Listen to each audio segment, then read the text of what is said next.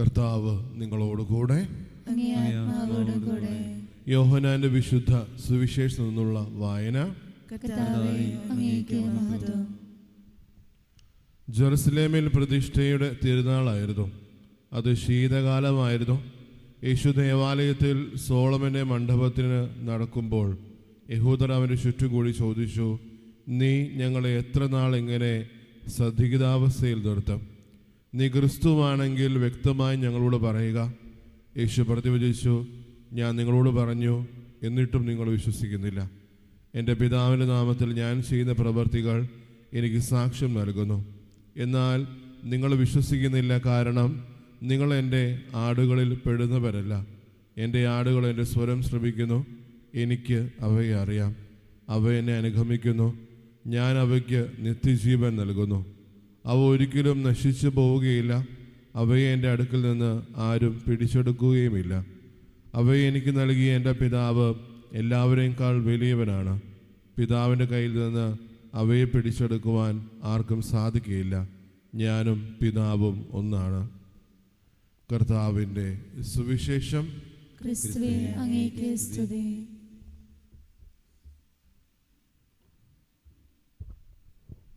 ഈശ്വലോത്തിൽ സ്നേഹം നിറഞ്ഞ മാതാപിതാക്കളെ, സഹോദരി സഹോദരങ്ങളെ, ഒരുപക്ഷെ ക്രിസ്തുവിൻ്റെ സ്വരം ശ്രവിക്കുന്നവർ ഓരോരുത്തരും അവിടുത്തെ ശിഷ്യരാണെന്ന് പറയുമ്പോൾ എത്രത്തോളം ആ ഒരു സ്വരം ശ്രവിച്ചുകൊണ്ട് നമ്മുടെ ജീവിതത്തിലും നമുക്കും ആകാൻ പറ്റുന്നു എന്നുള്ള ചോദ്യമാണ് തിരുസഭ മാതാവ് നമ്മളോട് ചോദിക്കുക. ആദ്യ വായനയിൽ തിരുസഭ പ്രേക്ഷിതയായിട്ട് മാറുന്നതും ആ ഒരു ആദ്യ കാലഘട്ടത്തിൽ തന്നെ അവരോരോരുത്തരും അവരുടെ ജീവിതത്തിലെ പ്രവൃത്തികൾ കൊണ്ട് ക്രിസ്ത്യാനികളെന്ന ഒരു പേരിൽ അറിയപ്പെടുകയും ചെയ്യുന്ന കാര്യങ്ങൾ നമ്മൾ വായിച്ചു കേൾക്കുന്നുണ്ട്. തിരിച്ചറിയുക, അവരോരോരുത്തരും ക്രിസ്തുവിനെ ഏറ്റുപറഞ്ഞ് മുന്നോട്ട് പോകുമ്പോഴും ഭയവും വേദനയും സങ്കടവും ഒക്കെ അവരുടെ ജീവിതത്തിലുണ്ട്. പക്ഷേ സെഫാനോസിലെ രക്തസാക്ഷിത്വത്തോടുകൂടെ തങ്ങളുടെ ജീവിതത്തിൻ്റെയും അവസ്ഥയും ഇങ്ങനെയാകുമോ എന്ന് ഭയന്നുകൊണ്ട് അവർ പലപ്പോഴുമായിട്ട് ഭിന്നിക്കപ്പെടുന്നുണ്ട്. പക്ഷേ ക്രിസ്തുവിൽ ഒന്നായിരിക്കുന്നത് പോലെ പരിശുദ്ധാത്മാവിനാൽ ഓരോരുത്തരും നയിക്കപ്പെടുന്നത് കൊണ്ട് തന്നെ അവർ പിന്നെയും ശക്തിയോടുകൂടെ അവിടുത്തെ പ്രസംഗിക്കുന്നുണ്ട്. ഒരു പക്ഷേ യഹൂദരുടെ ഇടയിൽ ക്രിസ്തുവിനെ പറ്റി പറഞ്ഞിരുന്ന വ്യക്തികൾ, ശിഷ്യന്മാർ ഓരോരുത്തരും ഒന്നടങ്കം പതിയെ വിജാതിയരുടെ അടുത്തും അല്ലെങ്കിൽ വിദേശികളായിട്ടുള്ള വ്യക്തികളോടും ക്രിസ്തുവിനെ പറ്റി പ്രസംഗിക്കാൻ തുടങ്ങുന്നുണ്ട്. അതുകൊണ്ട് തന്നെ സഭ പ്രേക്ഷിതയായിട്ട് അല്ലെങ്കിൽ ഒരു മിഷണറി ആയിട്ട് മുന്നോട്ട് പോകുന്ന ഒരു അവസ്ഥാന്തരം ആദ്യവായനയിലൂടെ നമുക്ക് കാണാൻ സാധിക്കുന്നുണ്ട്. അവരോരോരുത്തരോടും ക്രിസ്തുവിനെ പറ്റി പറയുകയും ആ വിശ്വാസം ഏറ്റു പറഞ്ഞ് കടന്നു വരുന്ന ഓരോ വ്യക്തികളെയും ആഴത്തിൽ ക്രിസ്തുവിനെ പറ്റി പഠിപ്പിക്കാൻ അവരോരുത്തരും സന്നദ്ധരാവുകയും ചെയ്യുന്നുണ്ട്. ഒരു പക്ഷേ അവരോരോരുത്തരും അവരുടെ സ്വരം ശ്രവിച്ചുകൊണ്ട് അവരുടെ ജീവിതത്തിൽ അത്ര ഭംഗിയോടുകൂടെ ക്രിസ്തുവിനെ ജീവിതം കൊണ്ട് സാക്ഷ്യപ്പെടുത്തുന്ന ഒരു കാഴ്ച. മത്തായിയുടെ സുവിശേഷത്തിൽ നമ്മൾ കാണുന്ന ഒരു കാഴ്ച, നിങ്ങൾ ലോകമെങ്ങും പോയി സർവ്വ സൃഷ്ടികളോടും സുവിശേഷം പ്രസംഗിക്കാൻ എന്നൊരു ആഹ്വാനം. ആ ഒരു ഉത്ഥാനശേഷം അവർക്ക് ഓരോരുത്തർക്കും നൽകുന്ന ഒരു കൽപ്പന അവരോരോരുത്തരും എത്രത്തോളം ഹൃദയത്തിൽ സ്വീകരിക്കുന്നു എന്നതുപോലെ തന്നെ നമ്മുടെ ജീവിതത്തിലും ഈ ഒരു ദൗത്യ നിർവഹണം ഒരു ക്രിസ്തീയ ജീവിതത്തിലൂടെ പൂർത്തീകരിക്കാൻ നമ്മൾ വിളിക്കപ്പെട്ടവരാണ്. ഒരു പക്ഷേ നമ്മുടെ നാടും വീടും ഒക്കെ വിട്ട് വിദൂര ദേശങ്ങളിൽ പോയി ക്രിസ്തുവിനെ അധരം കൊണ്ട് പ്രഘോഷിക്കുന്നതിനപ്പുറത്തോട്ട് എത്രത്തോളം നമ്മുടെ ജീവിതത്തിൽ നമ്മളായിരുന്നു കൊണ്ട് അല്ലെങ്കിൽ നമ്മുടെ കുടുംബത്തിലും അല്ലെങ്കിൽ നമ്മുടെ ജീവിതാന്തസ്സിലേക്ക് വിളിക്കപ്പെട്ട ഒരു സാഹചര്യത്തിലായിരുന്നു കൊണ്ട് എത്രത്തോളം ഈ ഒരു ജീവിതം സുവിശേഷം സാക്ഷ്യമാക്കി നൽകിക്കൊണ്ട് മറ്റുള്ളവരെ ഈ ഒരു ഈശോയുടെ അനുഭവത്തിലേക്ക് കൊണ്ടുവരാൻ നമുക്ക് പറ്റുന്നു എന്നുള്ള കാര്യം നമ്മൾ ഓരോരുത്തരും ഓർക്കേണ്ട ഒരു കാര്യമാണ്.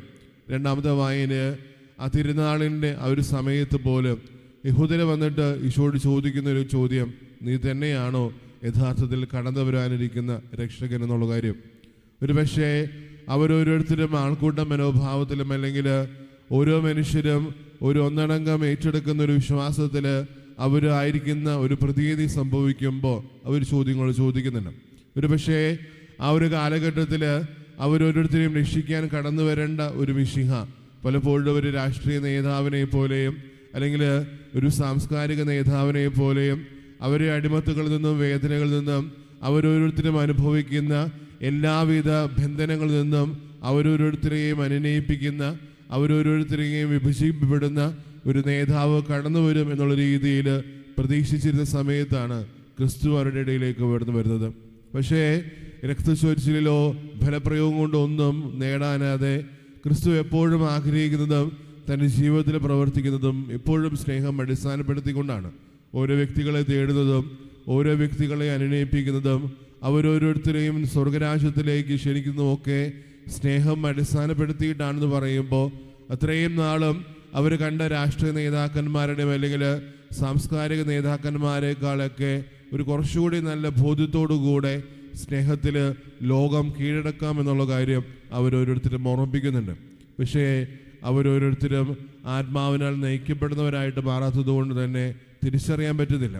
ഒരു പക്ഷേ യഥാർത്ഥമായ ആട്ടിടയന്മാർ അല്ലെങ്കിൽ യഥാർത്ഥ ആട് തൻ്റെ ആട്ടിടയൻ്റെ സ്വരം ശ്രവിക്കുന്നെന്ന് പറയുമ്പോൾ ആ ഒരു സ്വരം ശ്രവിക്കാൻ പലപ്പോഴും ആത്മാവിനാൽ നയിക്കപ്പെടേണ്ടവനായിട്ട് നമ്മൾ ഓരോരുത്തരും മാറേണ്ടതുണ്ട്. പൗലോസ് ശ്ലീഹ റോമാക്കാർക്ക് ലേഖനത്തിൽ വളരെ ഭംഗിയായിട്ട് അവരോരോരുത്തരും ഓർമ്മിപ്പിക്കുന്നത് പോലെ ആത്മാവിനാൽ നയിക്കപ്പെടുന്ന നിങ്ങൾ ഓരോരുത്തരും ദൈവപുത്രന്മാരും പുത്രിമാരുമാണ് എന്ന് പറയുമ്പോൾ ആ ദൈവപുത്ര സ്ഥാനം എത്രത്തോളം നമ്മുടെ ഓരോരുത്തരും ജീവിതത്തിൽ സ്വീകരിക്കാനും നമ്മുടെ അനുദിന ജീവിതത്തിൽ ആ ഒരു ആത്മാവിനാൽ നയിക്കപ്പെട്ടവരായി മറ്റുള്ളവരാൽ നമ്മൾ ഓരോരുത്തരും ദൈവപുത്രന്മാരും പുത്രിമാരുമാണ് എന്നുള്ള തെളിവ് ഈ ജീവിതത്തിന് അർഹമായ രീതിയിൽ ജീവിക്കാൻ പറ്റുന്നു എന്നുള്ള കാര്യം നമ്മളോട് തന്നെ ചോദിക്കേണ്ട ഒരു ചോദ്യമാണ്.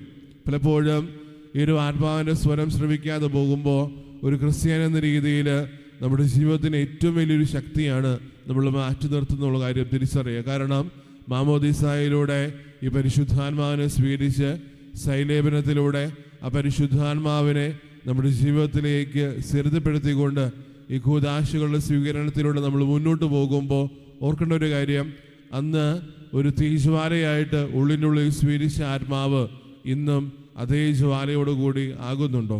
അതോ ഒരു കനലായിട്ട് തീ ഇന്നും തപ്പിയെടുക്കേണ്ടതായിട്ടുള്ള ഒരു പ്രതീതിയിൽ ഒരു ആത്മാവിൻ്റെ പ്രവർത്തനങ്ങളും ആത്മാവിൻ്റെ ഇംഗിതങ്ങളും എൻ്റെ ഉള്ളിനുള്ളിലേക്ക് മാഞ്ഞു പോയോ കടന്നുപോയോ എന്നുള്ള കാര്യം നമ്മൾ ഓരോരുത്തരും ആവർത്തിച്ച് ചോദിക്കേണ്ടതാണ്. സ്നേഹമുള്ളവരെ, ആദിമ ക്രിസ്ത്യാനികൾ അവർ തിരുസഭ പരിശുദ്ധയായിട്ട് മാറുമ്പോൾ ക്രിസ്തുവിനെ അത്രത്തോളം ഭയത്തോടോ പേടിയോടോ അല്ലെങ്കിൽ യാതൊരുവിധ സങ്കോചവുമില്ലാതെ ഏറ്റുപറയാൻ അവരോരുത്തരും താല്പര്യപ്പെടുമ്പോൾ അവരുടെ ശക്തി കേന്ദ്രം ആത്മാവായിരുന്നു. നമ്മൾ ഓർക്കണ ഒരു കാര്യം, അനുദിന ജീവിതത്തിൽ കടന്നു പോകുമ്പോൾ ഭയത്തിൻ്റെയും അല്ലെങ്കിൽ പല രീതിയിലുള്ള വിഷമങ്ങളും സങ്കടങ്ങളൊക്കെ നമ്മൾ അലട്ടുമ്പോഴും തിരിച്ചറിയേണ്ടത് നീയും ഞാനും ക്രിസ്ത്യാനിയാണ്, ക്രിസ്തുവിൻ്റെ അനുയായിയാണ് എന്ന തിരിച്ചറിവോടുകൂടെ ആ ഒരു രീതിയിൽ ജീവിതം ഏറ്റുപറഞ്ഞ് ജീവിക്കുന്ന ഓരോ നിമിഷവും ഓർക്കേണ്ടത് ആത്മാവിനാൽ നയിക്കപ്പെടുന്നവനാണ് നമ്മൾ ഓരോരുത്തരും എന്നതും. ഒപ്പം യഥാർത്ഥ ആട് തൻ്റെ ആട്ടിടയൻ്റെ സ്വരം ശ്രവിക്കുന്നു പറയുന്ന പോലെ ക്രിസ്തുവാകുന്ന ആട്ടിടയൻ്റെ ആ നല്ലിടയൻ്റെ സ്വരം ശ്രവിച്ചുകൊണ്ട് ഈ ജീവിതത്തിൽ മുന്നോട്ട് പോകാനും നമ്മൾ ഓരോരുത്തരെയും ഫലമേൽപ്പിച്ചിരിക്കുന്ന ഓരോ വ്യക്തികൾക്കും ആ സ്വരത്തിൻ്റെ അടിസ്ഥാനത്തിൽ മറ്റുള്ളവരെ ക്രിസ്തുവിലേക്ക് നയിക്കാനുള്ളൊരു കൃപ നമുക്ക് ഓരോരുത്തർക്കും ലഭിക്കണമേ എന്ന് നമുക്ക് പ്രാർത്ഥിക്കാം. തമ്പുരാൻ നമ്മൾ ഓരോരുത്തരെയും സമൃദ്ധമായിട്ട് അനുഗ്രഹിക്കട്ടെ. പിതാവിൻ്റെയും പുത്രൻ്റെയും പരിശുദ്ധാത്മാവിൻ്റെയും നാമത്തിൽ ആമേൻ.